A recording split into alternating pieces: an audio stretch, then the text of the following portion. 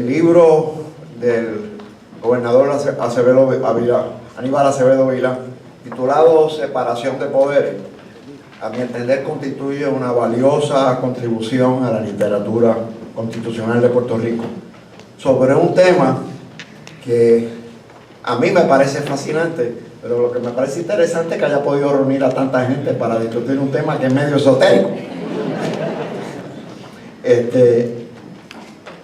Y es particularmente interesante porque el libro, porque el autor ha tenido una experiencia única de servir en las 3 ramas de gobierno de Puerto Rico y conoce de primera mano algunas de las controversias y ha sido protagonista de algunas de las controversias entre los poderes de gobierno que originaron decisiones importantes por parte de nuestro Tribunal Supremo. Ahora, desde la cátedra aquí de Derecho de la Universidad de Puerto Rico, ha tenido la oportunidad de compartir con sus estudiantes su conocimiento, su experiencia del desarrollo de una doctrina constitucional de separación de poderes, de excepcional importancia en la Constitución del Estado Libre Asociado de Puerto Rico, y de escribir este libro. El texto suscrito por él está basado en su experiencia, como les dije anteriormente, en 3 ramas. Tuvo de oficial jurídico de este servidor cuando yo me desempeñé, cuando yo estaba de juez asociado del Tribunal Supremo. De hecho, fue de mis primeros oficiales jurídicos.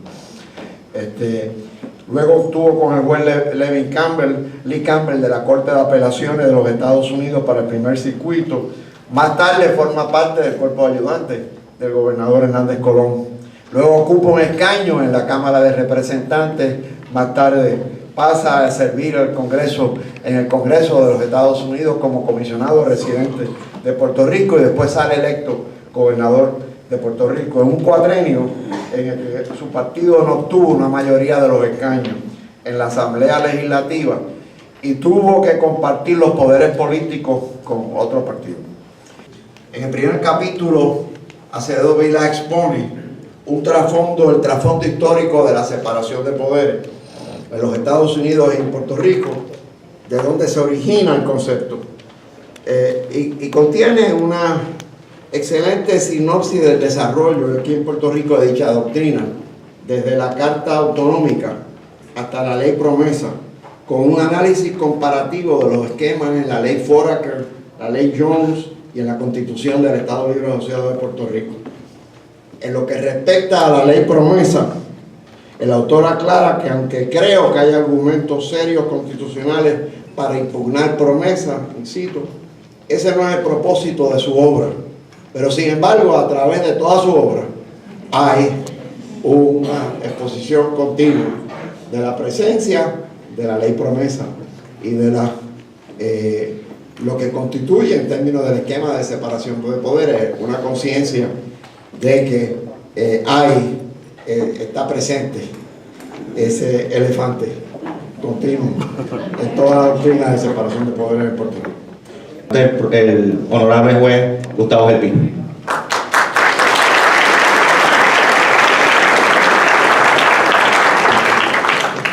Muy buenas noches a todos. Lo mismo los choques, y estos choques, aunque a veces mientras están ocurriendo, que es gobernador, que es legislador, los jueces del Tribunal Supremo, pues son estresantes, porque hay que llegar a una decisión, hay que llegar a una finalidad, pero, como digo, son cosas saludables, son sanas en una democracia. Si estuviéramos en otro país, hay otros países. Yo me acuerdo que estábamos con el juez Stephen Breyer del Supremo, y él nos estaba hablando, mira, yo estaba en una conferencia en México, en Sudamérica, y me pregunta uno de los jueces allí, juez, pero aquí ustedes no tienen justicia telefónica. Y el juez Breyer dice, ¿qué rayos es la justicia telefónica? Ah, no, justicia telefónica, que es que el presidente lo llama y le dice, tienes que decidir esto, si no van presos ustedes.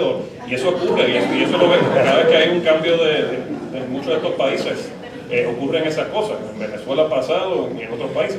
Pues son ejercicios sanos, y para eso es que se han creado, y como digo, es un sistema perfecto. Este sistema nuestro viene del experimento del 1776 y de la Constitución de los Estados Unidos, la separación de poderes, y antes de eso el libro también habla de dónde surge esta doctrina.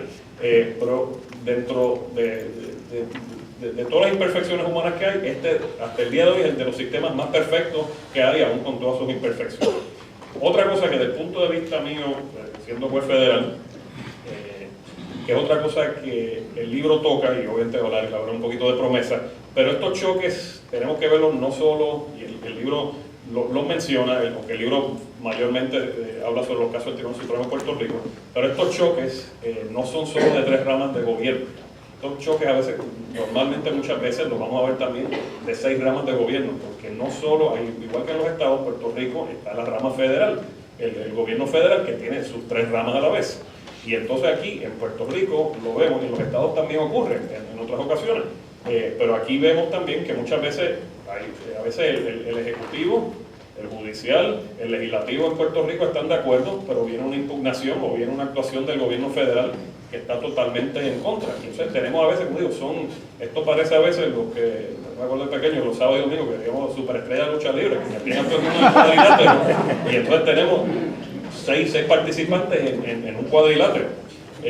Un ejemplo que les puedo dar de un choque de poder entre el gobierno federal y el gobierno estatal. Después del caso de Brown versus Board of Education, en el 54, los tribunales federales, el Supremo da la dictamen que with all deliberate speed hay que desegregar, se empiezan a segregar las escuelas, todos los sitios públicos, y el gobernador de Alabama, la legislatura y los mismos jueces del Supremo de Alabama no hicieron nada, no querían hacer nada. Y pues el presidente de Estados Unidos tuvo que mandar la Guardia Nacional allí. Es un choque, digo, y eso es, aquí los choques que vemos no son violentos, son de la boca para afuera. Pero eso fue un choque que pudo haber violencia y no hubo, pero o sea, ese es el tipo de cosas que ocurren. Aquí en Puerto Rico tenemos y como todos lo vivimos, el problema más grande, contrario a un estado, es que muchas veces los estados tienen sus 2 senadores, un estado grande puede tener 10, 12 congresistas, pues no se ve tanto. Aquí el problema más grande es que tenemos, y esto yo me he expresado en mi libro y en otro foro, pero el problema grande que tenemos es que nos aplican un montón de leyes federales, que aquí nadie participó, nadie votó por esas personas, el que las está ejecutando, ya sea a nivel del Departamento de Justicia de Estados Unidos muchas veces, o a nivel local de la Fiscalía Federal, o de las agencias federales, pues aquí nadie ha tenido esa participación.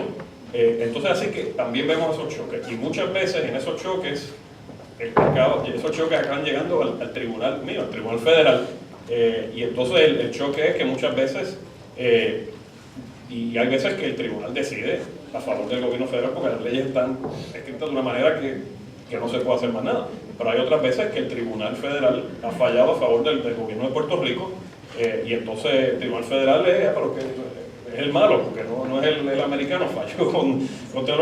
Y esas cosas se ven.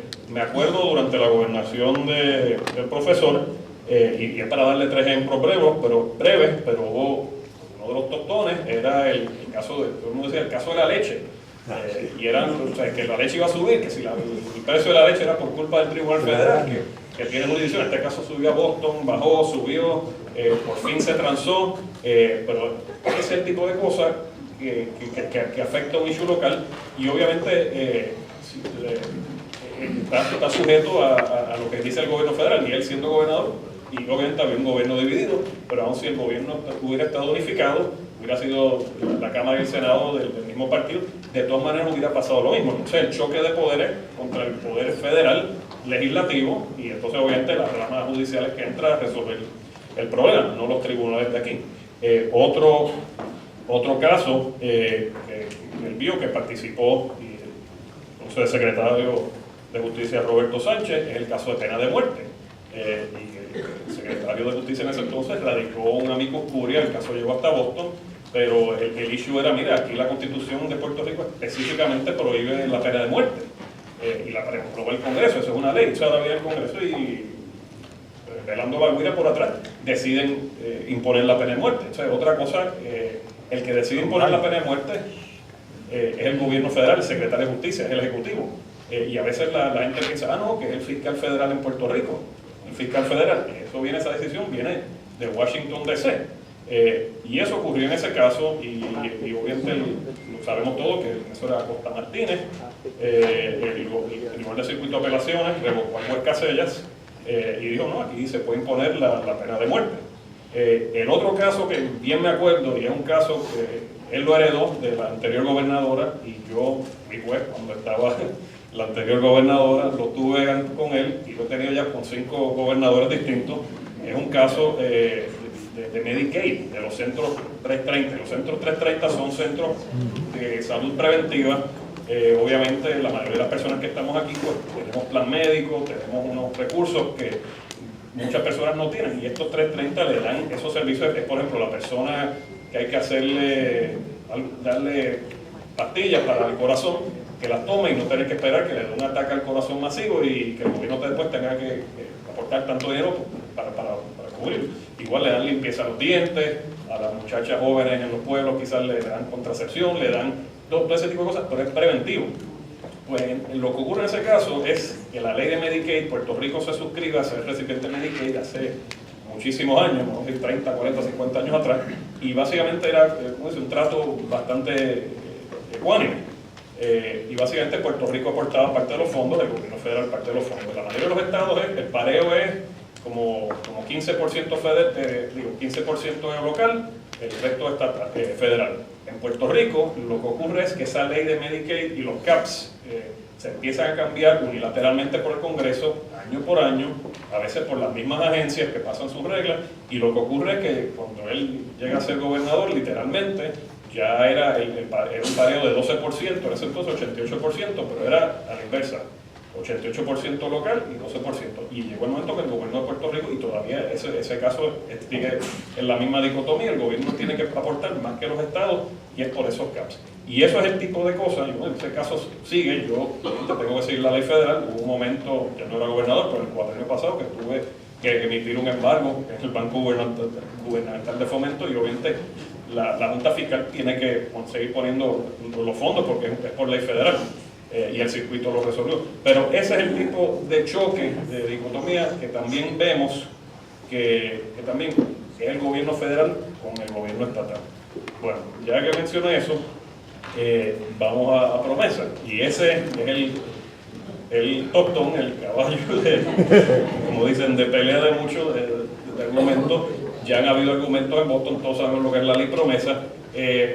Y yo hablo de la ley promesa en mi libro. Del punto de vista, no me puedo quitar el sombrero de juez, pero desde el punto de vista académico y sin resolver si es constitucional o no constitucional o qué se puede hacer, o si la ley se interpreta, o sea, el caso lo tiene la juez Swain, ya Boston ha visto 2 o 3 apelaciones, van a seguir viéndose más, estoy seguro, quizás alguna llegará al Tribunal Supremo de Estados Unidos, el Supremo de Puerto Rico también ha tenido sus issues sobre el alcance de la ley promesa. Yo he tenido algunos casos, no, obviamente yo no soy el juez de quiebra, que se sienta que está reestructurando la deuda, pero sí he tenido muchísimos casos. El gobierno de Puerto Rico lo primero que hizo fue, pues por la ley promesa paralicen todos los casos. Y eso es el enigma que tanto el juez Ángel Colón, igual escribió una de las opiniones, igual que yo, hemos dicho, mira, hay casos que están paralizados, pero hay otros casos que no. Por ejemplo, un habeas corpus era un caso monetario, y ese es el caso que llevó al Supremo. Así que hemos tenido casos que tenemos que decidir que esto se paraliza por promesa o no. Pero como digo, eso es un choque que los ciudadanos aquí en Puerto Rico pues tienen su derecho de ir a los tribunales, que se vean sus casos civiles, pero entonces cuando está el gobierno de Puerto Rico, pues entonces es como, o sea, imagínense un caso que es contra el policía tal, o un caso contra un funcionario público en su carácter personal que lo votó, lo despidió injustificadamente. Pues esos casos se tienen que paralizar. ¿Cuándo se van a ver? ¿Cómo se van a ver? Pues ese es el problema grande, y como digo, ese es uno de los choques.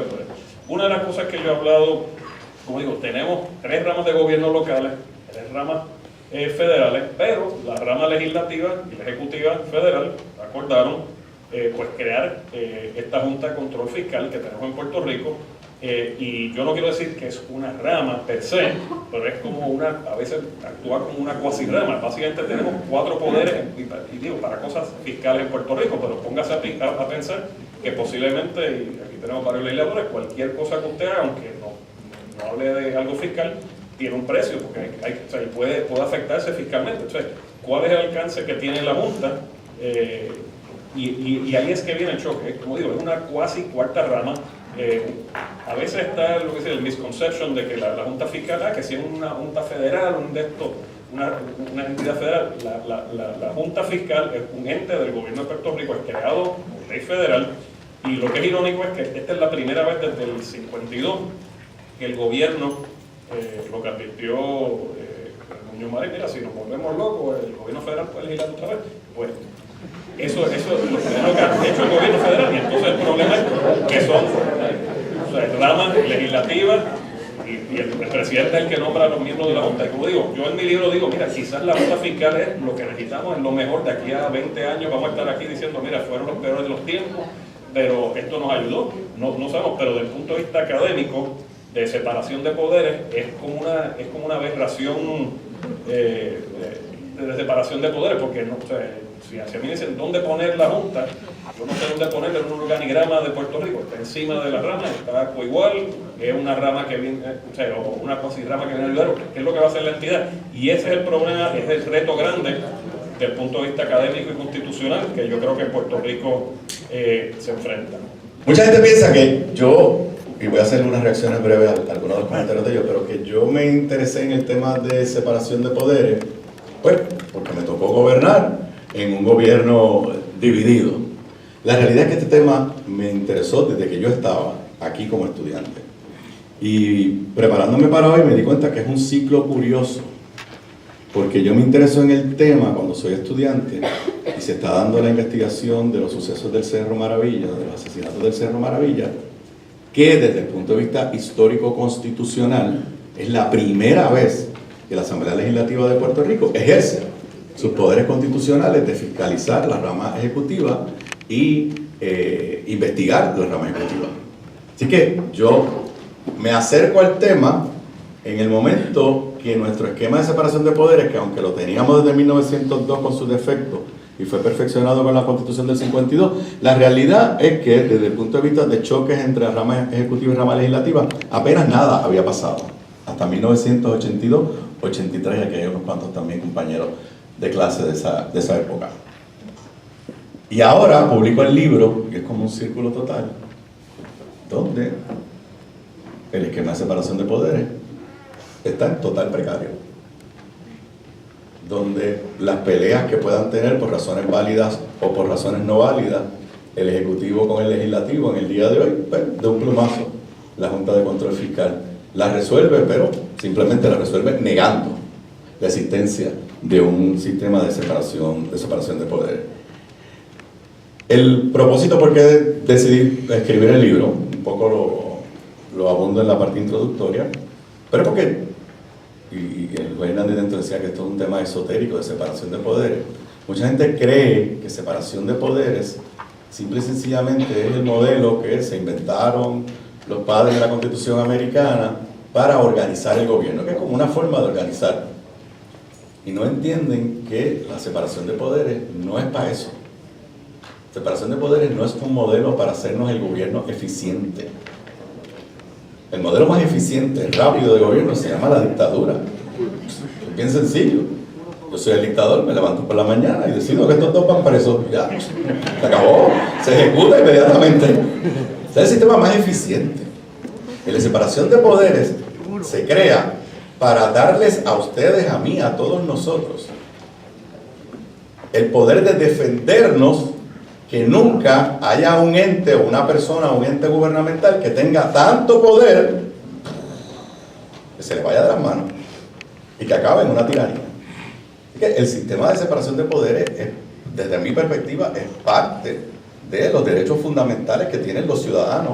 Obviamente, en este modelo nuestro, hay otros modelos que pueden ser igual o mejor, pero nosotros pues, hemos replicado el modelo americano y esa es su importancia. Y entiendo que desde esa perspectiva no encontraba ningún escrito en Puerto Rico que lo profundizara desde todas sus perspectivas, y publico el libro pues para tratar de provocar una mayor conocimiento desde la perspectiva histórica, de la perspectiva gubernamental, constitucional y la práctica, porque sí, en muchas partes del libro, igual que lo hago en el curso, pues a los estudiantes les encanta cuando empiezo a hablar de un caso y le voy a decir, ahora yo le voy a decir a ustedes de verdad lo que estaba pasando. y me pasa mucho, Federico, no solamente en cuando yo fui gobernador, pues casos que resolvió él y yo era oficial jurídico, casos que llegan al Tribunal Supremo y yo era asesor de Hernández Colón en asuntos legislativos, pues me permite, y por eso se llama, tiene la segunda parte del título, entre la teoría y la práctica. Pero, contrario a todas las cosas que yo había escrito antes, y es una línea que está en el prólogo del juez El Pi, sí, esto yo lo escribo totalmente distanciado de mis visiones político-partidistas. Totalmente. Ahí no hay una oración que esté pensada en defender mis posiciones ideológicas políticas. Y escuchándolos a ellos, también me doy cuenta, y no me lo había percatado, que inclusive está escrito totalmente abstrayéndome de que yo fui gobernador o fui legislador, porque en unos momentos lo que hago es defender, desde mi perspectiva, si entiendo que los casos están más resueltos, los poderes del gobernador, y en otros momentos lo que hago es precisamente defender los poderes de la rama legislativa. Porque parto de la premisa, y simplemente no voy a abundar demasiado para que lean el libro, parto de la premisa que nuestro esquema de separación de poderes, antes de promesa, nuestro esquema de separación de poderes, por razones históricas y políticas, tanto en su marco constitucional como en la práctica, es un check and balance, es un pesos y contrapesos, pero está un poquito más inclinado hacia la rama ejecutiva. ¿Por qué? Pues porque la primera vez que nosotros tuvimos un experimento de separación de poderes bajo el modelo americano fue la ley Foraker y luego la ley Jones, que eran unos sistemas de separación de poderes imperfectos, pero el gobernador lo nombraba el presidente de los Estados Unidos. Por ende, el Congreso, en la ley Jones y la ley Foraker, se encargó de que el gobernador, que representaba directamente los intereses del gobierno de los Estados Unidos, en ese juego de balance de poderes, pues fuera el que saliera ganando. Como que de hecho, no es hasta el 17 que finalmente nuestra Asamblea Legislativa es electa por el pueblo, Cámara y Senado, pero se mantiene en la ley Jones ese desbalance. O sea, el gobernador de Puerto Rico, para bien o para mal, tiene poderes que no tiene el presidente de los Estados Unidos en el esquema de separación de poderes de ellos. ¿Qué sucede? Cuando viene la gran transformación, 1940, Muñoz Marín pasa de ser el líder del país en el Senado a ser el líder del país en la Fortaleza. Y cuando se da el proceso de redacción de la Constitución, pues alguien aquí duda que Muñoz era inteligente. Pues ¿qué él hizo? Ahora yo estoy en la gobernación, ahora yo me voy a asegurar que ese pequeño desbalance de poderes que lo inclina a favor del Ejecutivo se mantenga entonces y se codifique en la Constitución. Así que nosotros arrancamos con un esquema de separación de poderes que tiene un cierto desbalance. Y además Muñoz Marín es el líder de la rama ejecutiva, el líder constitucional de la rama ejecutiva, pero era el líder político de la Asamblea Legislativa. Así que no es hasta la década de los 80 y la presidencia de don Miguel Hernández Agosto que la Asamblea Legislativa de Puerto Rico comienza a ejercer los poderes constitucionales. O sea, no ejercía ni los que tenía, es lo que quiero decir, ni los que tenía. Y en el libro, pues yo quisiera que cuando se termine de leer, dejar unas preguntas planteadas. Muchos capítulos tienen al final asuntos no resueltos, y algunos los toco en las recomendaciones de al final. Pero yo quisiera que, más allá del detalle práctico de las normas jurídicas y de los aciertos y desaciertos de las decisiones del Tribunal Supremo, soy duro criticando algunas. El presidente ha sido muy elegante porque elogio algunas de las de él y critico duramente algunas de las de él. Espero haberlo hecho con mucha elegancia, si no, no estarían aquí en el día de hoy. Pero más allá de eso, de que pues el que lo lea pues tenga mi opinión sobre muchas de las decisiones que se han tomado a través de los años, que nos provoque enfrentarnos a unas preguntas, algunas que tienen que ver para el mundo simplemente de los abogados y otras que tienen que ver pues para el mundo de toda la sociedad puertorriqueña. ¿Cómo perfeccionamos nuestro modelo democrático de separación de poderes que, como les dije, por razones históricas y políticas, tiene en su diseño y en la práctica un claro desbalance hacia la rama ejecutiva? ¿Cómo resolvemos? Y aquí sí voy al Tribunal Supremo. Déjenme para los que no son abogados. El juez explicó muy bien, el juez del PIB, hay un sistema de separación de poderes federal. Y nosotros tenemos nuestro propio sistema de separación de poderes. Cuando el Tribunal Supremo de los Estados Unidos interpreta su sistema de separación de poderes, eso no nos obliga a nosotros. Eso no nos obliga a nosotros. Porque está interpretando su sistema de separación de poderes. Cuando interpreta qué quiere decir la primera enmienda, eso sí, porque esos son los aspectos de derechos constitucionales que los tienen que respetar los tribunales de Puerto Rico y la Asamblea Legislativa de Puerto Rico y todo eso. Sin embargo, nuestro Tribunal Supremo, como nuestro esquema de separación de poderes es copiado del de ellos, siempre ha dicho: nosotros vamos a utilizar como guía y como norma las interpretaciones del Tribunal Supremo de los Estados Unidos. Y lo repiten y lo repiten. En el libro yo señalo dos problemas con eso. Uno, con todo respeto, leen las normas del Tribunal Supremo de los Estados Unidos y cuando las aplican a Puerto Rico las aplican totalmente equivocadamente. Y en segundo lugar, que hay unas áreas donde nuestra realidad política es diferente y hay unos espacios para hacer un verdadero derecho constitucional puertorriqueño y el Tribunal Supremo de Puerto Rico no se ha atrevido. Que la Junta, si le fueras a aplicar, si la Junta hubiese sido, si el Congreso aprobara una Junta con esos poderes, para resolver un problema del gobierno de los Estados Unidos sería inconstitucional. Si la legislatura de Puerto Rico hubiera aprobado una Junta como esa, para resolver problemas del gobierno de Puerto Rico, sería inconstitucional, porque esa Junta tiene poderes legislativos y ejecutivos a la misma vez, y eso es lo más claro en la doctrina. Uno puede tener los dos poderes a la misma vez. Pero como está aprobada al amparo de la cláusula territorial y los poderes plenarios, pues la teoría general es que es constitucional. Yo soy de los que creo que hay que plantear en todos los foros de que es inconstitucional. Y por eso es las recomendaciones al final. Porque yo creo que nosotros tenemos como país que empezar a discutir unas nuevas ideas de cómo perfeccionar nuestro sistema democrático, que uno de los elementos fundamentales que tiene es el sistema de separación de poderes, y cómo vamos, si nuestra Constitución dice que hay que tener un presupuesto balanceado, pues cómo vamos de verdad a revisarla para que esa letra de la Constitución de verdad se pueda cumplir. Si nosotros decimos que hay unas limitaciones en el margen prestatario y el lenguaje que pusimos en la Constitución no fue el más adecuado, porque a lo mejor no lo pensamos, pues de qué forma vamos a reescribirla para que en el futuro no volvamos a caer en lo mismo. Y si logro que por lo menos, inclusive en algunas entrevistas me han empezado a dar otras ideas, ¿y por qué no inventamos esta cosa? Pues eso es lo que debemos empezar a hablar. Pero si creemos que con simplemente salir de la Junta de Control Fiscal nuestros problemas se van a resolver, pues no habremos entendido que llegamos a donde llegamos cuando no había una Junta de Control Fiscal.